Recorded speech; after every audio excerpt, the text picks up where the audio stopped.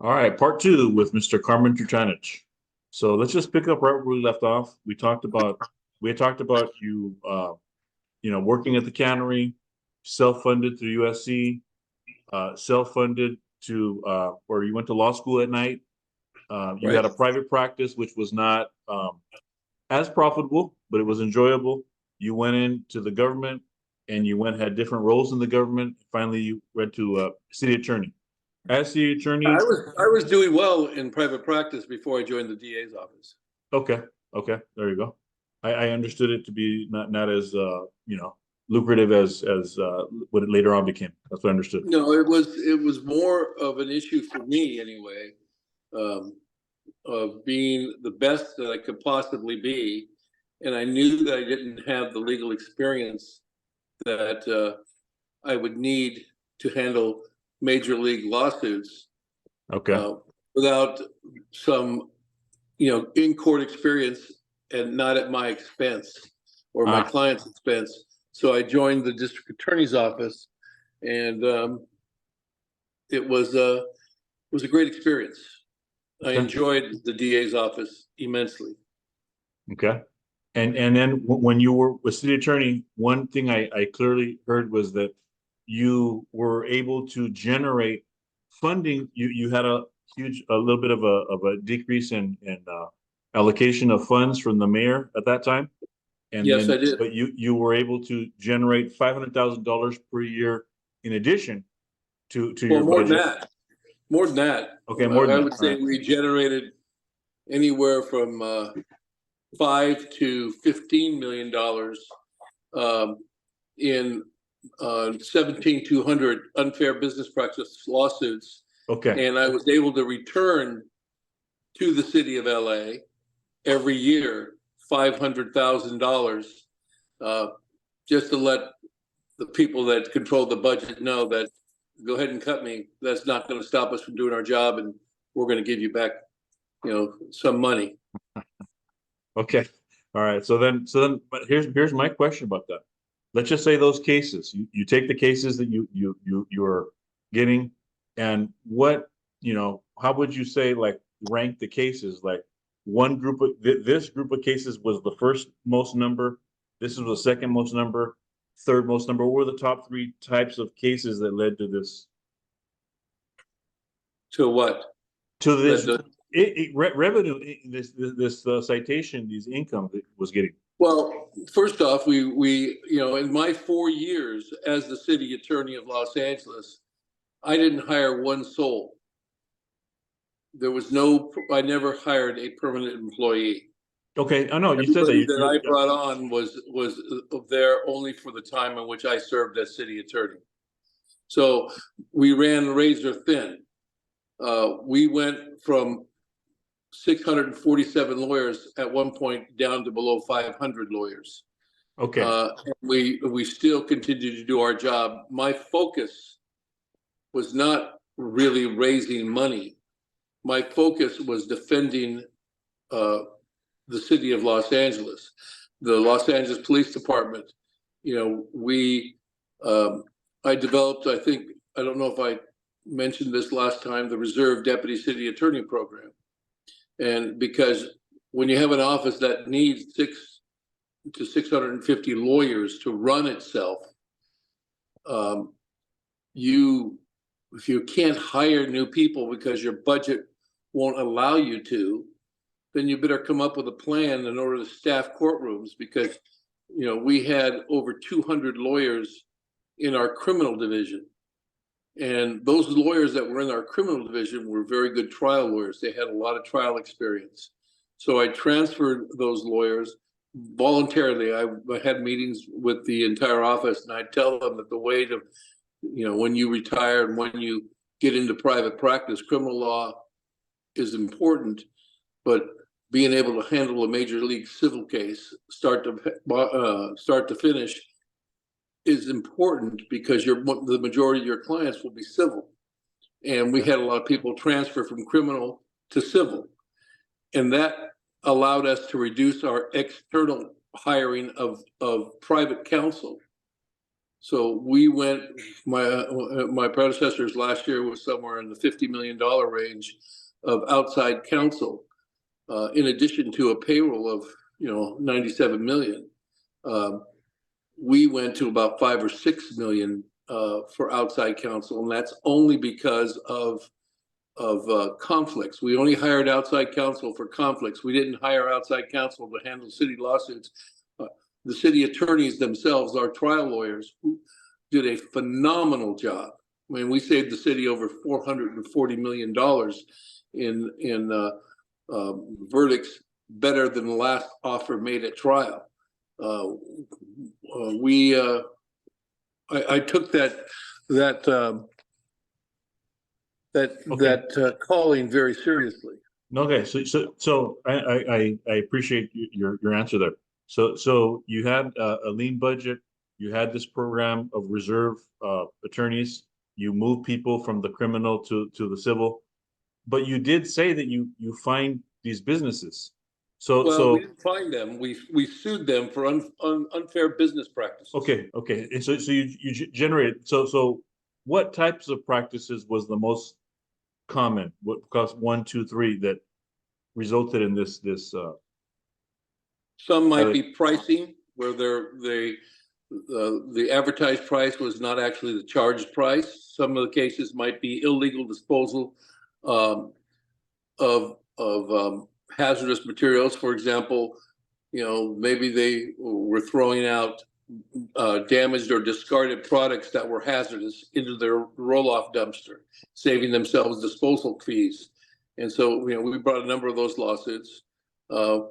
This is a while back. I can't remember every kind of case that we brought, but there's 2 of them that come to mind, 2 companies that come to mind that we went after. And one was we joined in a statewide prosecution, and I think we settled that somewhere in the neighborhood of $15 million. Okay. So that was for hazardous waste, right? That was for disposing of hazardous waste products. Okay. Let's assume like Drano. Okay, you get a jar of Drano and it's broken, and instead of taking it and putting it in a hazardous waste drum and having a waste hauler haul it off, you'd throw it in the trash can. Okay, so improperly, disposing of hazardous waste, right? And that was one of the major areas that people got violated on. And you said, I have to give a lot of credit to that to my chief deputy, Bill Carter. Bill was not only the head of public integrity for the United States Attorney's Office, but he also was the head of environmental crimes for the U.S. Attorney's Office before he was the head of public integrity. And so when those types of cases would cross his desk, he'd bring them into our office, we'd talk about them, and then we'd move forward.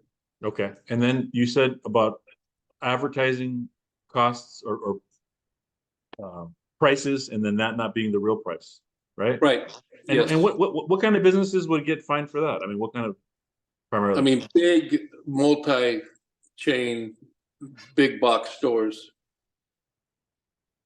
Okay. So I mean, there were a number of them, and I don't want to go into the names. Okay, that's fine. That's fine. But I'm saying they would advertise it, and then at one price, and it would be completely different when they got to the cash register.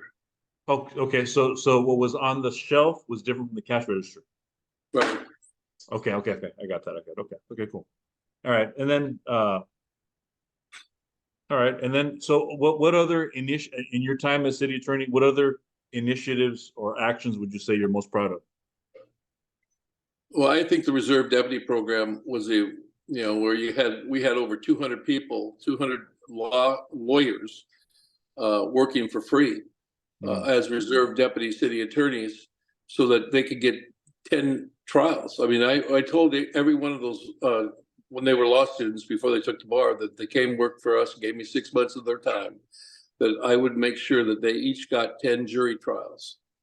And our criminal division was constantly in trial, and that's great experience for a new lawyer. Most lawyers in their career don't do 10 jury trials.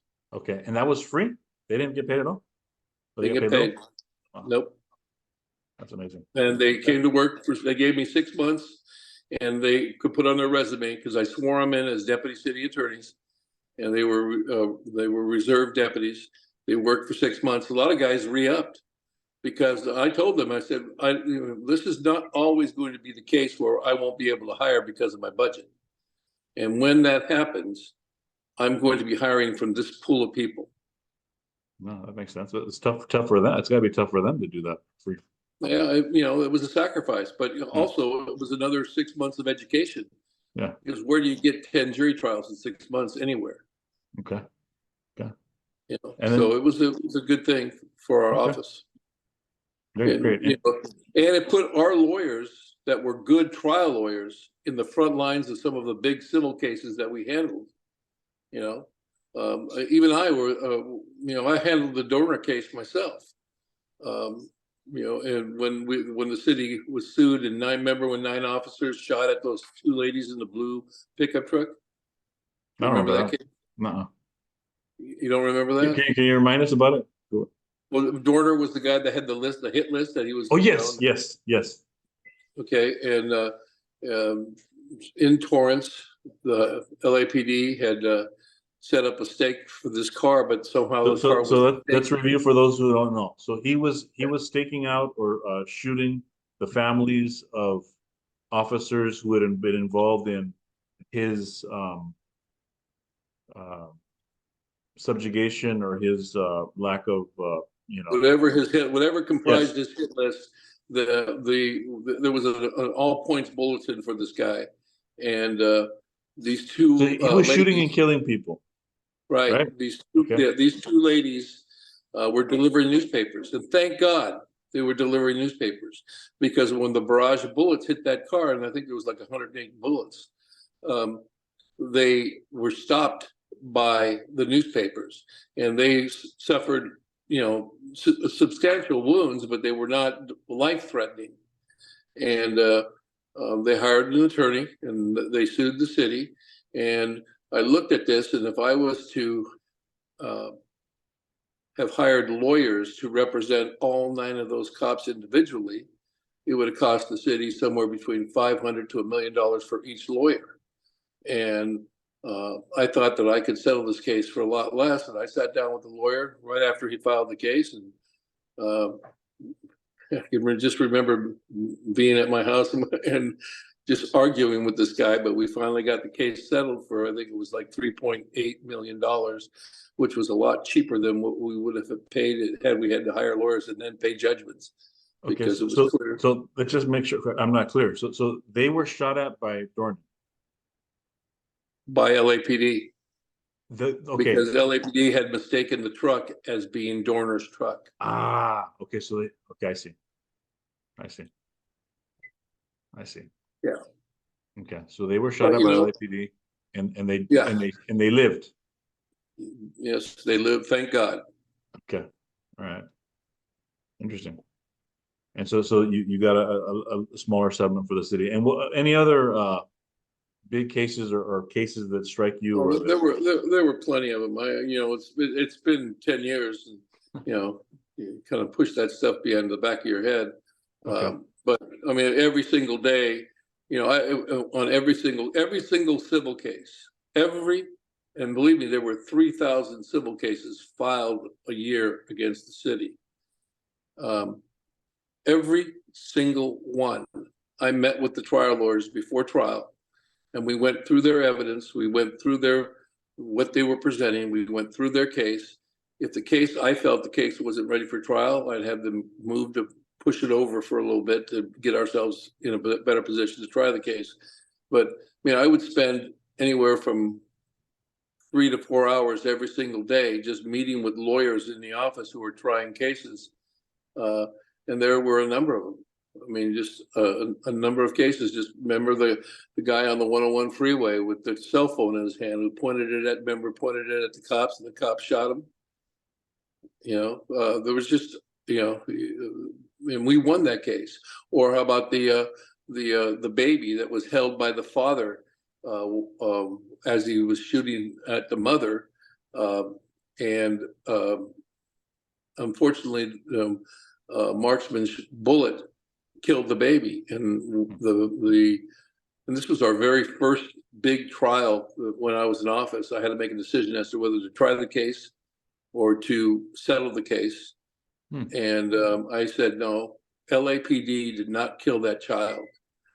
When the father, were using lethal force against his wife, held that child up as a shield, and the marksman from the police department bullet hit that kid and killed it, which was unfortunately just a terrific, tragic event. That it wasn't LAPD that killed that child. It was the father when he decided to use that child as a human shield so he could continue his lethal attack. And and we won that case in a jury trial. Okay. All right. And then what was your greatest, you say, challenge besides the budget? What was your greatest challenge during your time as city attorney, you said? Oh God, the politics of the office. I mean, I was I'm a law enforcement kind of guy, and I wanted to turn that office from being a political office into a legal law office, and I think we succeeded at that given our results. Okay. Now, unfortunately, you were not able to continue. Yep. I guess this is my question is, if how would you describe the current landscape in terms of the office, and how would things be different if you would have won your last election in your mind? Well, my last election was for LA County DA. If I had won the district attorney's race, there would not be this crime problem that we're having in LA. Because, can you please be specific murderers about how would be things would be different? prosecuted. Murderers would be prosecuted. Petty people who committed crime. Okay, being a thief is a volitional, intentional act. Nobody accidentally steals something. And those people need to be punished. And oftentimes, diversion is not the right tool to thwart crime. If people know that there is a consequence to committing a crime, then that crime will not occur, because there'll be a consequence, or they'll be locked up. And at the end of the day, my belief is that, one, I was a gang prosecutor. I tried death penalty cases. I tried murder cases. I was in the hardcore gang division of the district attorney's office. I don't believe that you can arrest your way out of gangs. The only way you can eliminate gangs in our society is by educating our young kids. And that's what I really wanted to do, was to, and I met with Cortinas, who was the superintendent of schools, about this in my office when I was city attorney.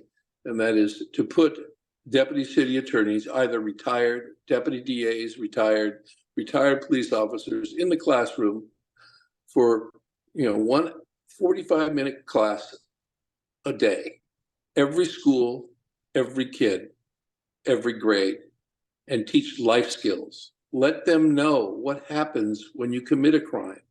Let them see what happens to gang members, that it's a dead end, that you're not going anywhere. Take them down to county jail and let them see what it's like, that it's not a vacation. It is prison. And I believe that our children, if they're taught life skills, if they're taught how to balance budgets, if they're taught how to go to work, if they're taught, those types of skills, everyday skills that we take for granted, that our gang membership would fall dramatically, less kids would join. And I know that there's a lot of social pressure placed on kids to join gangs, but if they're given a choice between joining a gang or succeeding in life, I believe that when kids are properly educated, succeeding in life would be the better way to go. Okay, so I heard that you would take a more proactive approach to prosecuting people who have actually committed crimes, right? At the same time, you promote the concept of providing an education. Exactly. And you have to Involving. remember this. You have to remember that merely filing a criminal case against someone who commits a crime is not a conviction. There's only two ways to get a conviction. Either the person admits that they did this and then faces the consequences of that admission, or they go in front of 12 jurors who are of their peers, and those 12 people get to hear the evidence on both sides of the case. And if they're innocent, they walk free. If they're guilty, they're convicted. And then they're punished. And that's a choice that the criminal makes, or the alleged criminal. And also, we have to remember that in this, victims are so very much important, and they need to be protected, and they need to be guarded, and they have to be understand that their life has been shattered by being the victim of whatever crime that they're exposed to. Okay. Now, okay. So crime is up right now, tremendously, right? Well, I don't know about tremendously, but I know that it's up. Yes. Okay. So I guess your perception is that crime, one of the reasons crime is up is because the lack of prosecution of people who has been potentially committed a crime. Can I ask you a question? Yeah. Go ahead. Do you think it's possible to jack somebody in a car from a prison cell? To what? To jack somebody in a... It's a funny question. But you know what? My philosophy is, if you're going to commit a robbery, if you're going to expose somebody to a carjacking, that person needs to be put in prison. And I know two things that are going to happen while he's in prison. One, he's not going to be able to commit another crime, or she's not going to be able to commit another crime while they're in prison, at least and get away with it. And two, they're going to understand that what they're doing is serving time for what they did, not society. They did it to themselves. Okay, all right. And many other people will realize that, hey, this person had this consequence. And they realize that the guy sitting in the number one chair is serious about this stuff. Yeah. Okay. All right. And so since your time, let's move on now. I mean, do you have anything else you want to say about what you would have done differently, or how things would be different? No, I think that my 4 years as city attorney was a very successful 4 years for the city attorney's office. I think we've saved the city more money than any other city attorney in the history of the city. Okay. And then since that time, you've gone back to your private practice. You Correct. mentioned you had a partner in Northern California or San Francisco Bay Area. You tried environmental cases. What else can you share with us since your time? It's been a long time. Well, when I left the office, I joined a big law firm, and I did not like it. I'm going to plug my phone in real quick. Go ahead. So if I'm bouncing around here, forgive me, okay? That's but right. Yeah, I'm down to 20%, and I don't want to lose you. No. So I'm charging that should again. be fine. We only have a total of 35 minutes, so on Zoom. Okay. So, but in any event, I didn't like being in a large law firm. But while I was in that law firm, I met a couple of guys. One gentleman was the former enforcement officer for the EPA, and his name was Jim Jaffe. And another one was a client of ours.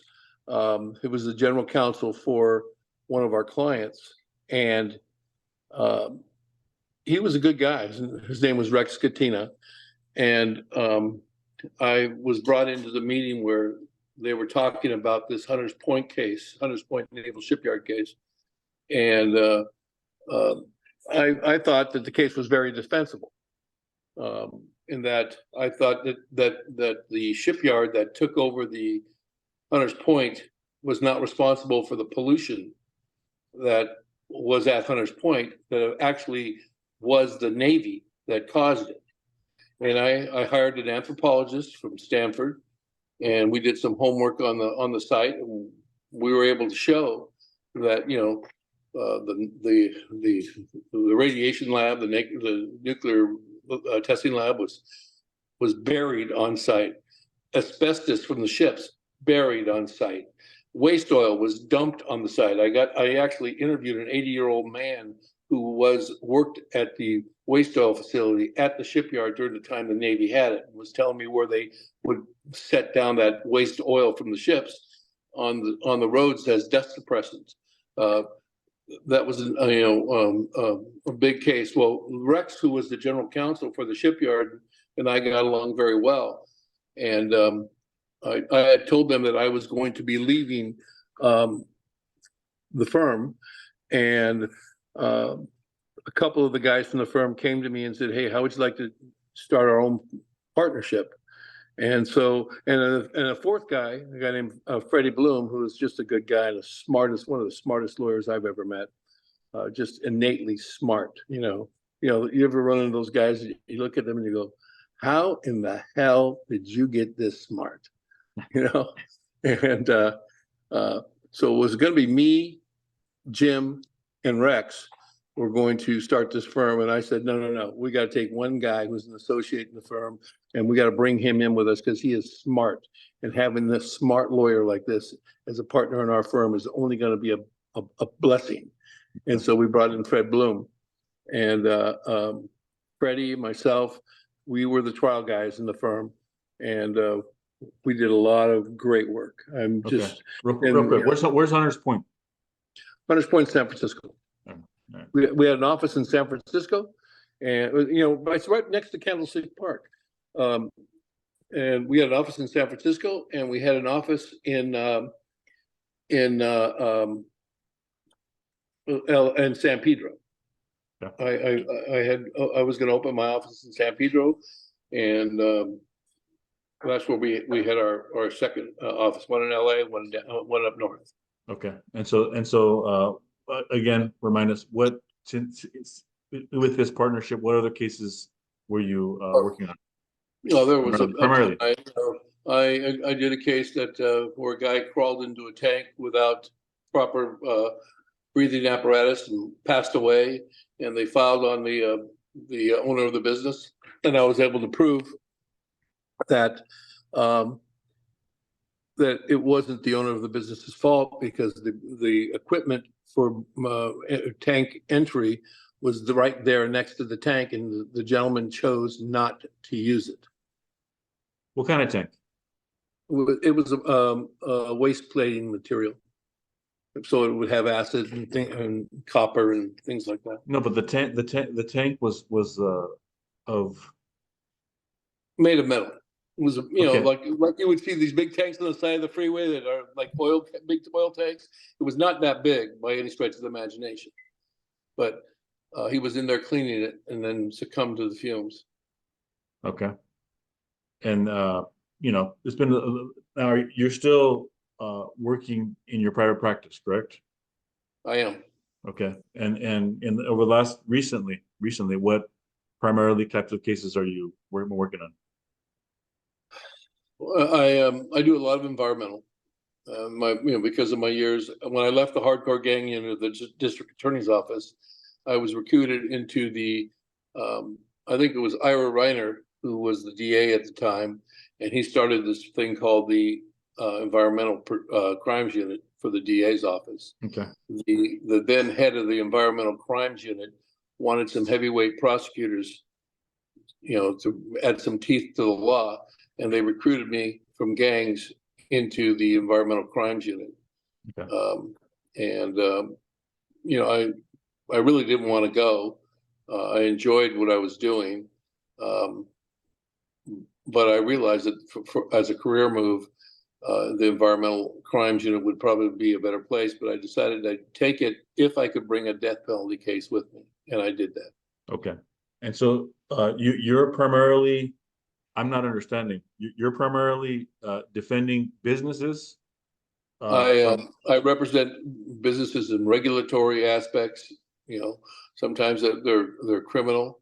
Sometimes it's just advice. Like today, I advised a client, a potential new client, that he should be hiring an expert to go out to his facility on a least monthly or bi-monthly basis and conduct inspections to make sure that his facility is in 100% compliance. Because the best way to avoid prosecution is to make sure that everything you do is lawful. In the environmental arena, the regulations are so exact and the levels are so, precise that you need to be in control of your facility. I can remember as a DA when we would serve a search warrant at a facility and you could just see it was sloppy.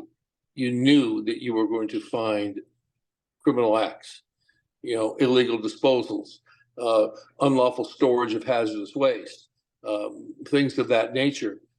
But if you walk onto a facility and everything appears to your eyeball from the get-go that it's in order, even though you haven't done your inspection, you realize that management is in control of this facility. The facility is not in control of management. And so there's, I garnered a ton of experience from that environmental experience as a environmental prosecutor. Okay, cool. All right, let's move on to your real estate experiences. So you have had you are a real estate investor. Where did you buy your first home? Or what was your first property you bought? Was it a home? Yes. Okay. It was well, no, my first home was my wife number one, and wife number two, and wife number three, all the same woman, had purchased a condo in Palm Desert with her then boyfriend. And my very first purchase was to buy him out. Okay. And then we sold that because there was no reason for us to go, I couldn't even pay attention. We didn't have, I wasn't from a very rich family. And, I was just past the bar and, we were just trying to save nickels and dimes just to buy diapers because we had a baby 13 months after we got married. And did you ever live there in Palm Desert or no? No. No. You bought somebody out and you sold it and you moved to. We bought it. We held it for about a year. Rented it. And then as soon as that tenant moved out, we sold it. Okay. So you rented it, got some appreciation. Okay. Right. So sold it. And then you bought. We took that money and put it down on a home in San Pedro. San Pedro. Okay. And I think it was, we were living on Ellery Place. Okay. It was a small little cul-de-sac with 4 homes. But, I walked away from that experience thinking, where else in the world am I going to see $50,000 in one lump sum? Mm-hmm. And it taught me that, maybe perhaps the best way to make money is to put it into an asset that is going to be escalating and appreciated in value. And so, I bought that. Then I bought. How much did you pay? How much did you pay for the San Pedro home? God, you don't remember? Okay. 180, 190. Okay. Then So then, how long did you keep that one for? I realized that knowing that because I was an undergraduate in accounting and knowing the tax law as I did, I realized that I could make up to $500,000 tax free. Yes. If you hold the home for 2 years and live it and sell it. Yes. And so we stayed there for a couple of years, and then the Palos Verdes Peninsula, San Pedro area, beautiful water property. So we looked for a place, and we found a home overlooking Portuguese Bend Beach for $195,000. Okay. And we sold our house, made about $130,000 on that, and flipped it into the house overlooking the beach. And that was, then my wife always wanted a kitchen overlook, where she could look out over the sink and look at the ocean. So I began remodeling that house myself at night. Okay, so you bought a fixer, fix it Well, it up. wasn't really a fixture, but the guy the guy who sold to me was just a good guy. Just Okay. and And how did you acquire that? You bought that was on the market, or that was like it was like on the market for one day. okay. And myself and the owner of the house got along really well. In fact, he had a $5,000 higher offer, Mhm. and he took it. He took my offer instead, Okay. and I truly believe that's because we got along so well. He was All just a right. nice. Okay. And And then I you got got that one. Running out of what's time. that? Running out of time here. So you got that one. Fix that one up. And how long did you keep that one for? 7 or 8 years. It Okay. was a beautiful home. You lived in it. Lived in it. Then we, the goal for everybody in San Pedro was to live behind the gates in Rolling Hills. So Uh-huh. I heard about a house going for sale behind the gates in Rolling Hills, and there was a very popular band, and one of the musicians from this very popular rock band made an offer on my house for 789,000, Okay. which was like 600,000 more than I paid for it. In So 7 years. thinking, In seven yeah, years, 8 years. Okay. and so I started looking for a place that would I could capitalize on that, and that was going to seed money. I Okay. found a place behind the gates in Rolling Hills, and it was about an acre and a half lot. Whoa. The house was just a total fixer upper, but it was cheap. Okay. So you bought And another fix. You bought a yeah, fixer. and that and I again went in there during escrow and started remodeling the house so we could move into it when we closed on there. And uh, right before the closing, the guy from the band backed out. To purchase your house. You didn't have a Yes, backup offer? no. Oh, come on, man. I just looked at my wife and I said, okay, we got 3 months, and then we're broke, Uh, and some lady, I put both houses on the market, and I said, I'm going to let God decide here. Whichever house sells, that's the house we'll live in the other one. And 2 weeks after I put the house behind the gates on the market, some lady came up and said, I've got a big diamond and a large horse, and I need this. And I hadn't even closed escrow yet on that house because we were still we had a 6 week or 7 week escrow. yeah. And she bought it for $200,000 more than I paid for it. Only 200 from 700 went down to like No, what? no. She bought it for two. She bought the house behind the gates. Rolling Hills. Oh, that quickly? Yes, yeah, for like 1.4, 1.3. I think I paid 1.1. We were in escrow for 1.1. I sold it for 1.3 or 1.4. I don't remember. 2 months And later? 2 months later, not even Oh, 2 months, like just a few weeks. And oh, because you had fixed it up, right? You had fixed it up. well, we were still in the process of fixing Okay. it up. All right. It was still, we had knocked down walls, and she bought it